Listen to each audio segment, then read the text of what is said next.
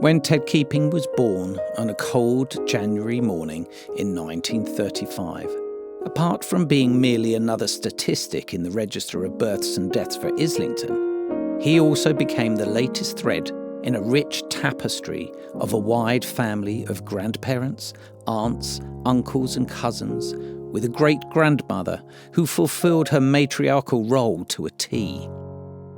Ted always claimed he was born into a privileged family. There was no silver spoon in sight, but privileged in the sense that this large extended family were well acquainted with the two L's, love and laughter. The actual place of Ted's nativity resembled the stage set for La Bohème, a garret with no cold water tap, but below lived 3 generations of his mother's family. The North London residence was also the venue for all the big family gatherings. As these events were frequent, the new arrivals soon became familiar with the constant sound of Cockney humour and song. On his regular outings to Islington Green, his then newly formed ears warmed to the sound of clanging of trams, barrel organs and rhyming slang. The family's accommodation, however, was considered inadequate by the London County Council. So, in June 1937, the young parents with their daughter Irene and son Ted moved to their newly built home on the Kenmore Park estate, Kenton, near Harrow in Middlesex. This pristine abode was seen as Shangri-La. Running water, a toilet, gas cooker and a bath which, once a week, could be filled with hot water. The house was lit by electricity and had 4 electric power sockets that could be used at some future date should any electric appliances be acquired. As we know, good fortune is never a permanent companion, and 2 years later, Irene and Ted's parents, whose childhood had been blighted by World War I, now had World War II impinging upon what should have been their halcyon days of adulthood. In the ensuing 6 years, the wider family shared the experiences of so many: homes bombed, relations killed or injured in the London Blitz, and youthful members in the armed services dying in foreign fields far from home and loved ones. Irene and Ted saw little of their father, as he was a skilled engineer and deeply involved in munition production. Even his free time was spent firewatching from the roof of his factory in King's Cross, or on similar duties at their council estate in Kenton. He did, however, find time to ensure his offspring would be safe by converting the coal cellar under the staircase into sleeping quarters for the duration of the hostilities. In 1945, the Keeping family shared in the local victory celebrations with street parties and joining the throng in Whitehall, cheering Winston Churchill as he stood with other cabinet ministers on the balcony of one of the government buildings. Peace and the new Attlee administration brought seismic changes to the maturing family. Part of the renaissance was Ted gaining a place at the local grammar school, despite the years of tuition in air-raid shelters. Ted was hardly a scholar, but at the age of 11 he finally had a chance to learn to ride a bicycle. To most youngsters, balancing on 2 wheels is just another acquired utilitarian skill. But to Ted, it meant far more. Irene and Ted's mother was a major influence on both their formative years. She introduced them to the Christian faith and conditioned them to the discipline of regular attendance at church, 3 times on a Sunday and many weekly services. Her own input to church life was immense, with regular cleaning at 2 churches and her domestic role in the large vicarage. She performed these duties for over 50 years. Both her children automatically joined the Sunday school and other youth organisations. Irene progressed to Sunday school teacher and guide captain and later provided from her own brood enthusiastic church workers that continue to this day. Ted, on the other hand, became an altar server at 8. In the colourless world of the 1940s, Ted loved the music and poetry of the hymns, the phraseology of the sermons, the rich fabrics of the vestments, and the meaningful rituals of the ceremonies. To lead lives of promise. As time passed, he seriously considered entering a monastery, but the pull of nature and the outdoor life proved too strong. It was in that environment that he felt closest to God. While most of Ted's contemporaries were diligently studying and furthering their careers, Ted's passion for cycling motivated him to tour all over the British Isles and Europe, seeing all the man-made and natural phenomena. He would spend months away cycling alone, covering thousands of miles and sleeping rough beneath the stars or sheltering from rain, insects or police forces that had an aversion to vagrants. He would have continued that lifestyle forever. But a pretty young brunette named Margaret caught his attention at the church's Young People's Fellowship. The encounter proved to be the most defining moment of Ted's life. Margaret was everything that Ted wasn't. Even to outsiders it seemed the most unlikely match. Yet, following a 2-year engagement while Margaret completed her studies, the couple married on a summer's day in June 1965 at St Mary's Church, Kenton, where they had first met. When one reflects on history's great love matches, Romeo and Juliet, Abelard and Eloise, none actually lasted long enough to be tested. Well, Ted and Margaret's did, and everyone would have to agree the success of that union over more than half a century could not be surpassed.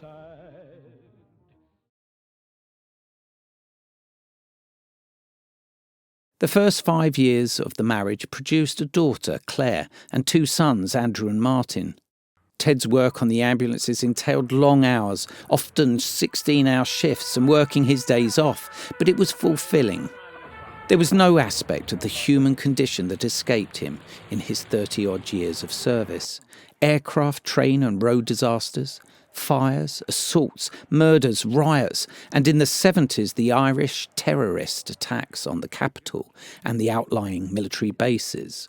There were also the close friendships that developed with long-term patients whose debilitating conditions meant frequent hospital visits and the loved ones who cared for them. All left an indelible impression on Ted, and he learned a great deal from them.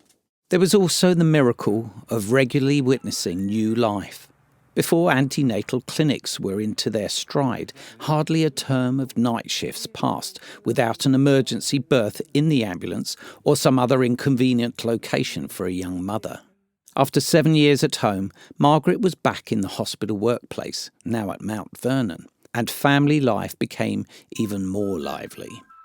Dovetailing their dual work and home life to enable one parent to be available for school delivery and collecting, being free to take their offspring to swimming sessions and competitions, and likewise music lessons with clarinet, French horn, piano, trumpet and guitar, and ensuring that there was time to listen to practices and homework. There was also the commitments to church, running the guide company, the church's playgroup, editing and printing the monthly magazine and serving at the altar. The 5 keepings later often providing the entire altar party for Sundays and festivals. There was, of course, the continual responsibility of elderly family members and infirm church friends in need of transport to church or clinics, gardening, decorating, and Ted helping Margaret's father with his window cleaning round. All helped to keep idleness at bay. As the children matured, more adventurous holidays were possible, and the family have treasured memories of long, challenging walks in the Lake District, the West Country, and the Austrian Vorarlberg. Certainly the most luxurious was Claire's 30th birthday, when a stretch limo took the keeping clan from JFK to their accommodation at the Twin Towers, and the 5 took a family-sized bite at the Big Apple for a few days. A tight second would have been to witness the launch of NASA's shuttle from Cape Canaveral. Ted enjoyed that brief episode with Margaret when they were no longer needed for parental guidance and before the older generation required care. Into that window, they made trips to Europe, the Holy Land, USA and China. Capitalising on his son Martin's travel concessions, father and son cycled and camped in the Orkneys and experienced the climatic idiosyncrasies of those northern islands. Free flights also made it possible to fly to Thailand to visit the war grave of Cousin Reg. They crossed the bridge over the River Kwai on foot and took the train through the jungle that ran on the track laid by the young prisoners of war at great cost 50 years earlier. Martin was always a robust companion for Ted, and together they trekked in Morocco from the sizzling desert to the glacial heights of the Atlas Mountains. They shared together the privations and awesome wonder of the Himalayas, accepting altitude sickness as a price to pay to witness sunrises and settings over Mount Everest.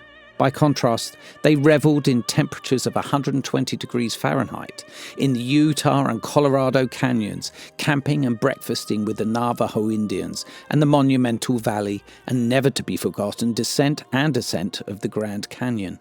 With both Andrew and Martin, Ted relished those many 20-plus miles a day walks over the national trails that stretch across the most splendid regions of the British Isles, some traversed in response to local hospice sponsorship.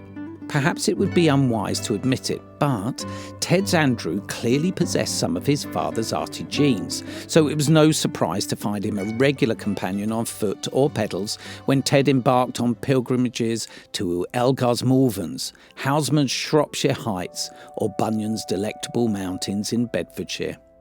Hardly a painting of the Dutch school in Europe, America or Britain has escaped their gaze. There were numerous journeys to absorb the environs that inspired, or museums that housed the artefacts of the great Teutonic, Bohemian or Scandinavian composers, artists or literary giants. Invariably, these voyages of discovery were executed on a shoestring, and part of the adventure were the sleeping quarters, illicit barns, parks, cemeteries, church porches, or on the estates of the landed gentry. A carry mat and sleeping bag was all that was required. With the fall of the Berlin Wall, the two picaroons wasted no time in journeying to the venerable sites of Johann Sebastian Bach and Martin Luther, and other places in the eastern sector that had, far too long, been out of bounds. Once the boys were obliged to follow other agendas, Ted resumed his initial eccentric pattern of trekking or cycling in the Cevennes, the Alps, Pyrenees, following the Tour de France, waxing poetic at the pentalic marble of Grecian architecture or that of the Egyptian, Islamic, Byzantine, Norman, Burgundian or Russian cultures and domains.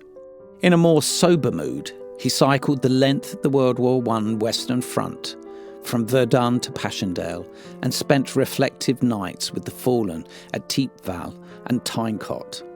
Likewise, his two-wheeled steed traversed the World War II D-Day landing grounds at Normandy and all the key sites on the Allied advances to Germany.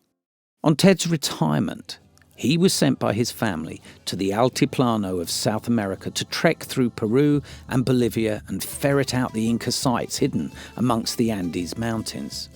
From tropical rainforests to snow-capped, oxygen-starved summits, he eventually arrived at Machu Picchu, a stone in weight lighter, but with an enlightened knowledge of a unique civilization. Ted's return coincided with the birth of the first grandchild, Lawrence. Overnight, he became a sub-parent to the child's biological ones, who were both needed back in the workplace. There were now many elderly folk who required attention, and a church hall to look after. Hence, Ted was never seen without a pushchair, later a pram when Alex arrived, a paintbrush, mop, or toolbox. With Margaret's retirement and the last of the old folk gone, nothing prevented Ted and Margaret from following their daughter Claire to Broadstairs. Someone had to collect the children from school. It was not easy for Ted to leave Kenton behind, and all those lovely people he had grown to love over 60 years, particularly the ecumenical bond within the Kenton group of churches, of which Ted was chairman. But, having acquired a delightful bungalow within sight of the sea and with easy access to the Kent countryside, the blow was softened. After a year of transforming the home and garden into their own El Dorado, Margaret and Ted settled down to a different busy life. There were still the school runs, but the friendly welcome they received at Holy Trinity Broadstairs persuaded them to adopt the parish church as their base. Margaret became church warden for the next 10 years, and Ted, of course, supported her. After attending a course on family history, Ted set enthusiastically to research the various family pedigrees. The task absorbed much of his free time, but it was a labour of love for the next decade. Retirement had always been planned by Ted as a time to go back seriously to his piano playing. but his aptitude for calligraphy and pen and ink drawings always prevented him. With eternity now before him, he hopes to perfect those arpeggios. When Amnesty International was born in the early 1960s, Ted embraced its ideals instantly, and a little later became involved with Christian solidarity worldwide through his connections with Lady Caroline Cox, its founder. His abhorrence of injustice also prompted him to write countless letters to prisoners, victims of flawed penal systems, and representatives of repressive regimes. Through this advocacy, he met some remarkable people. Sister Helen Prejean, who wrote Dead Man Walking, UN Commissioner on Human Rights Mary Robinson, and Helen Bamber, the founder of the Medical Foundation, who, as an 18-year-old nurse, was one of the first to see inside Belsen concentration camp in 1944. Accompanying Andrew on a guitar symposium to Krakow one year, Ted took the opportunity to visit nearby Auschwitz and Birkenau. He returned a sober but more dedicated campaigner against the forces of evil. Ted found fatherhood a real joy. It was a family joke that he claimed he had taught his 3 children all he knew, to which they replied that it was the most boring 2 minutes of their lives. The adventures he shared with his sons were usually unorthodox but unforgettable to all parties. Yet all 3 rallied to his aid when 21st century technology rudely intruded into his comfortable 20th century mindset. Geographically, the nearest was Claire. Along with her husband Gary, they kept a watchful eye on both Ted and Margaret throughout their autumn years. And for this, a posthumous thank you seems totally inadequate, but there is no way now to expand that thanks. We know Ted had no reservations about the future of his grandchildren. They all clearly possessed the required skills to cope with tomorrow's uncertainties, so they will hear no chiding from the other side of the grave. He would, however, like them to embrace the tenets of the Christian faith of love, compassion, generosity, and reconciliation that are the proven panacea to most of the world's ills. Perhaps they may even keep by them the prayer attributed to Francis of Assisi that their grandparents recited together at the beginning of each new day to remind them of their obligations.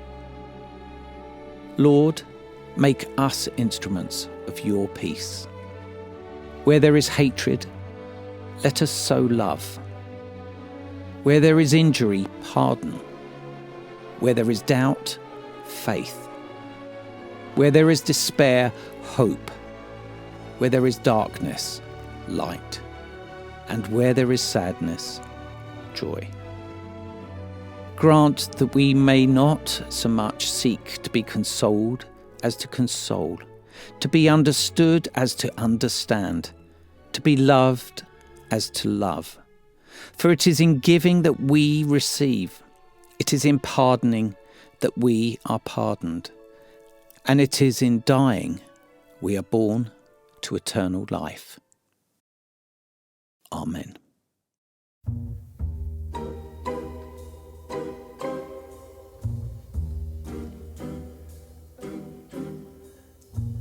It's so important to make someone happy. Make just one someone happy. Make just one heart-to-heart you sing to one smile that cheers you, one face that lights when it nears you, one girl you're everything to. Fame, if you win it, comes and goes in a minute. Where's the real stuff in life to cling to? Love is the answer. Someone to love is the answer. Once you've found her, build your world around her. Make someone happy. Make just someone happy, and you will be happy too.